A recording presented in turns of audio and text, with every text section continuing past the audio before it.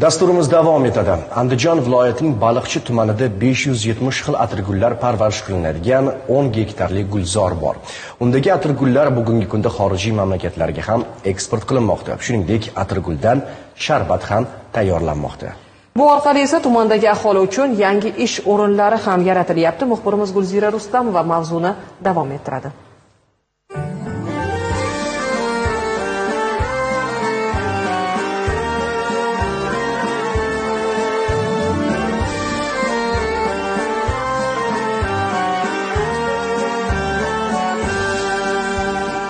Andijonda atirguldan sharbat ishlab chiqariladi. Bunga 10 yildan ortiq vaqt mobaynida Baliqchi tumani dalalarida atirgulning turli navlarini yetishtirayotgan mehnatkashlar qo'l urmoqda.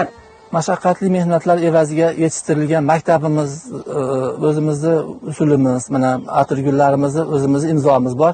Bu Yevropa tomirlari va baquvvat O'zbekistondagi tanalar birgalikda hamohang bo'lgan holatda mana hozir jahon standartlariga mos keladigan atirgullar yaratib eksport qilmoqdamiz. Baliqchi tumanida shunday makon borki, sizga Gollandiya yoki Kashmir vodiysi manzarasini eslatadi. Salkam 10 gektarlik maydon 570 xil atirgul iforiga burkangan. Bu yil ham 927 ming atirgullar xorijliklar tomon yo'l oladi. Rossiya ishbilarmonlari tumanda bo'lib kelishuvlarni olib borishdi. Albatta, bu bir necha yillar davomida to'plangan tajriba, mehnat mahsuli. Berilgan ishonch esa va'dalarning ro'yobga chiqishiga kuch bo'ldi. Ish o'rni yaratildi, eksport hajmi ortdi. Mana hozir bu atirgullar boshqa millat vakillarini ham dilini xushnud etib, qalbiga taskin bermoqda.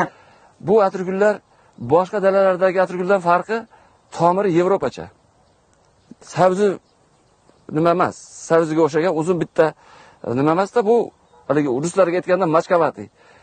Yevropa standartida 5 bolga to'g'ri keladigan ko'chat tayyorlayapmiz biz hozir. Atirgullarning o'ziga xos ifori bilan bir qatorda foydalari ham talaygina. Ishlab chiqariladigan sharbat nafas olish tizimida yordam beradi. O'ziga xos tajriba to'plagan bu mehnatkashlar yana izlanishda bo'lib, yangiliklar yaratishga bel bog'lagan. Gulzira Rustamova va Nasibilla To'rajonov Zamon informatsion dasturi uchun.